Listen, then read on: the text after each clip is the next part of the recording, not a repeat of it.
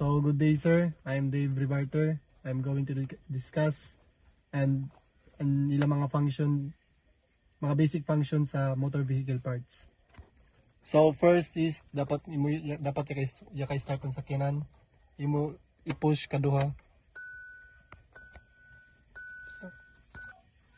So ini is kuan tachometer. Ang function niya mailan siya pag yan ipadagan mo na ang sakyanan. Then next is in warning sign. Pasabot na yan siya, mutungayan siya pag naka-handbrake kita. And then yadi is an battery. Nakita nato yan siya kung wala na battery or yaon pa. Then yadi is mo kuan yan siya yon mo warning kibali para pag change oil. Then yadi yan engine check. Then yadi is makita nato kung pila na natudagan. Tawag ini siya is speedometer. Kung ano nakakusog ato dagan makita nato nga na. Then yadi is odometer. Kung makita nato 86199 amo nang kibali nato ya kalayuan ang ato ya dagan. Then yadi an fuel gauge. Kita nato nga na kung wala nato gas or yaon pa. Kita nato yon na. So ini light switch ini tawag. Ato yung siya ikuan light switch ini siya. Then ato ini siya tuyo kunda pa sa tunga para paggabi na visible kita sa daan. Sigas yan siya sa front o sa likod. Then pag mo low beam na kita, ato din siya ikuan push pa up palaong makita nato may suga na. Pero yung low beam din siya. And then i-push nato pa pangat para ma-high beam. Yaon kung makita nato, yung high beam na. Then pag ibalik na nimo para ma-low beam.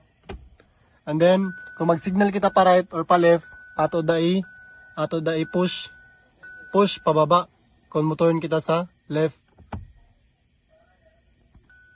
Then ato dai push pababa kung muliko kita sa left. Makita nato nga na mo signal. On. Then push nato paangat kung mo liko kita pa right. On. Then next is ang flashing light. Ato dai push kibali aniya light switch. Ato dai push makita nato yan dito. Siga para ma-prevent sa ban makasugat nato na yaka high beam. So next is an wiper switch. Ang function niya pag ato i-up is hinay de kibali niya wiper. For example magtaligsik nga nada nato wiper. Then pag i-push nato pababa, same dagapon sa pinakauna, hinay dagyapon. Pag magtaligsik kay na gamay yung kusog-kusogay ato pababaan para makusogay. Then pinakababa kung kusogin na gadanuan kusogon ang wiper. Then ato dai ibalik sa normal para mahunong taas da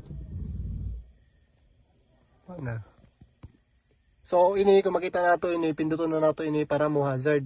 Ang function niya kung mo atras kita or mo park kita sa gilid, imo din si pinduton para mo hazard. Yan kung makita nato sa ato dashboard, pindot yan siya, tingog. Yan siya.